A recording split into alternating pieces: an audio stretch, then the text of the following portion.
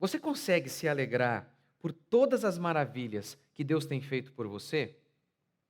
Este é o tema do nosso devocional de hoje e hoje, finalmente, vamos começar o Salmo 9. Ficamos um bom tempo aí no Salmo 8, vamos começar o Salmo 9 hoje.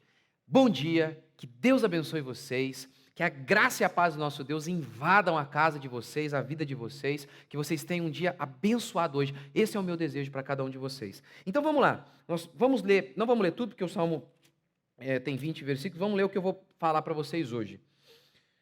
Não se esquece de comentar, de se inscrever, por favor. Senhor, eu te louvarei, Salmo 9:1. Eu te louvarei de todo o meu coração e contarei todas as tuas maravilhas. Né? Então, vamos começar aqui, né? Eu te louvarei de todo o coração.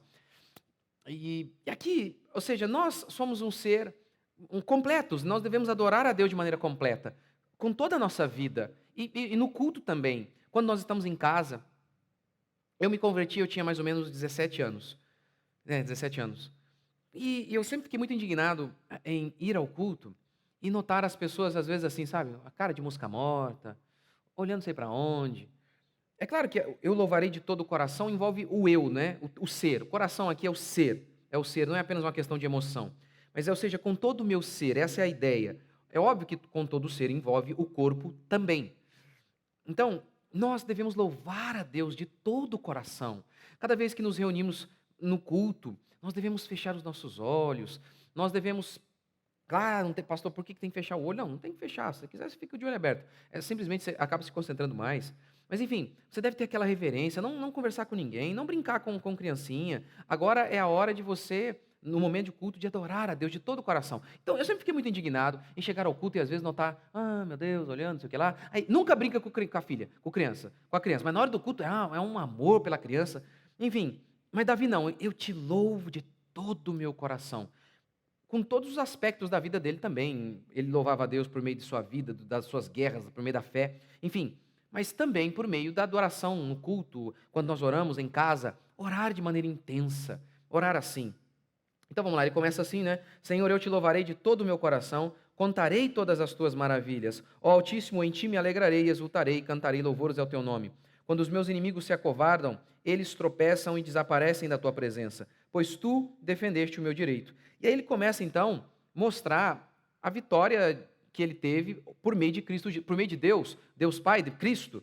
Cristo deu a vitória a Davi, o Senhor deu a vitória a Davi. E por isso ele louva a Deus, por conta de todas as maravilhas que Deus tem feito. É isso que ele declara, não. Eu vou contar todas as tuas maravilhas, eu vou me alegrar por tudo que o Senhor tem feito na minha vida. No Salmo 126, verso 3, a mesma coisa é dita. Com efeito, grandes coisas fez o Senhor por nós, por isso estamos alegres. Ora, muitas pessoas não têm se alegrado em Deus, nem louvado a Deus, porque não notam as maravilhas que o Senhor tem feito. Mas eu tenho sofrido, eu tenho vivido dificuldades. Como que eu posso dizer que Deus tem me dado vitória? Como eu posso dizer que Deus tem me abençoado? Ainda que você esteja vivendo assim, se você é cristão, se você realmente é um genuíno crente, se creu em Cristo e se arrependeu de seus pecados e você nasceu de novo, não importa como você esteja vivendo, a nossa vida é sempre de vitória. É o que Paulo declara em Romanos, que nós somos mais que vencedores em toda e qualquer circunstância. Não importa como nós estejamos vivendo. Isso porque, isso se dá em primeiro lugar, porque, ora, Jesus venceu os nossos inimigos. O maior de todos, a morte, o pecado, o diabo. Nós temos a nossa estadia na eternidade garantida. Então, não importa o que você esteja vivendo, tudo que você está vivendo é insignificante comparado com a eternidade. Quem diz isso não sou eu, é o apóstolo Paulo. Olha, os sofrimentos do tempo presente não podem ser comparados com a glória que há de ser revelada. Portanto, não importa o que estejamos enfrentando, nós sempre em Cristo Jesus somos mais que vencedores, porque os nossos grandes inimigos, os que de fato importam, já foram derrotados. Talvez os inimigos terrenos ainda não, mas os inimigos que de fato importam, eles já foram derrotados. E obviamente eu sei que você só tem essa percepção por meio da fé. Por quê? Olha o que Paulo diz. Os inimigos, o sofrimento do tempo presente não pode ser comparado com a glória, não é a ser revelada.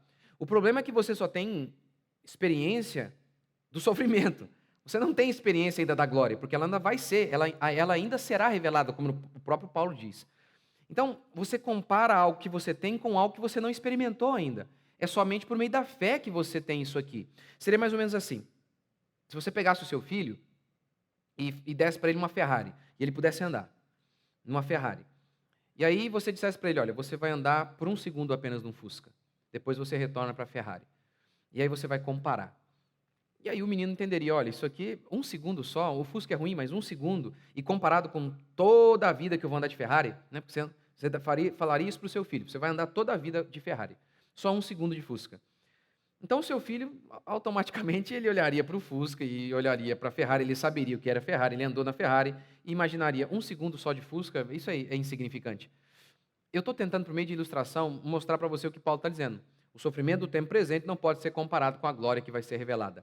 Só que com a diferença da minha ilustração aqui é que, na minha ilustração, o filho pôde andar na Ferrari. Então, ele está muito facilmente, ele está muito sossegado, porque ele sabe, o Fusca é ruim, é 1 segundo apenas, mas olha aqui, ó, e é 1 segundo apenas, né? Eu vou voltar para a Ferrari.